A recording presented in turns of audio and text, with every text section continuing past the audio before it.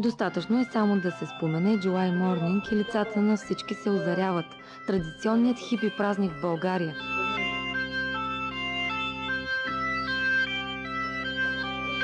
Всяка година хиляди го посрещат на култовото място Камен бряг. Палатки, огън и китари са символите на 1 юли, денят в който българи от цялата страна стоят будни в очакване на къпещото се в морето слънце. Изгрева е ново начало и надежда. Много хора идват за първи път и са очаровани от атмосферата. Настроението е чудесно, идваме чак от София. За първа година сме тук и сме много доволни. Давно очакваме да дойдем тук и това е нещо, което наистина е незабравимо като изживяване. Вълнуващият момент се запечатва задълго в сърцето на почитателите на рока. Присъствието на вокала на Юрая Хип Джон Уолтън го направи още по-незабравим. Музикантът се качи на сцената, както винаги, в добро настроение, позитивизъм и пълен с енергия. Синхрон с първите лъчи на слънцето, той запя превърналата се в легенда July Morning.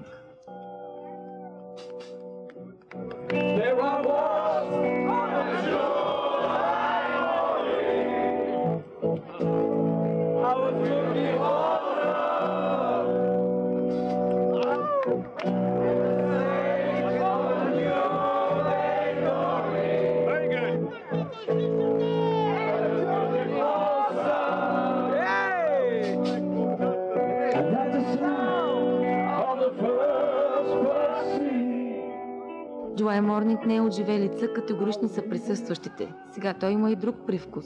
На бягство от цивилизацията, на протест срещу самите нас и оковите на големия град. Емоцията, която споделяме заедно, е незаменима, убеден е и Джон Уолтън, който вече 5 години участва в концерта. Не осъзнавах какво означава за хората July Morning, но още първия път разбрах как те усещат тази песен и този ден. И това се предаде върху мен, стана част от мен. Аз трябва да съм тук, за мен е много важно да съм част от всички тези хора и да празнуваме заедно.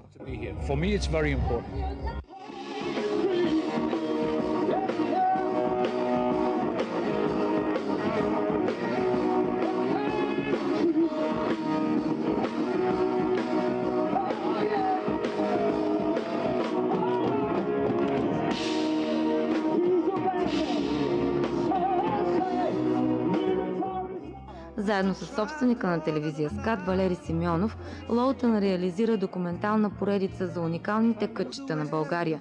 Филмите показват как изглежда страната ни през погледа на един чужденец.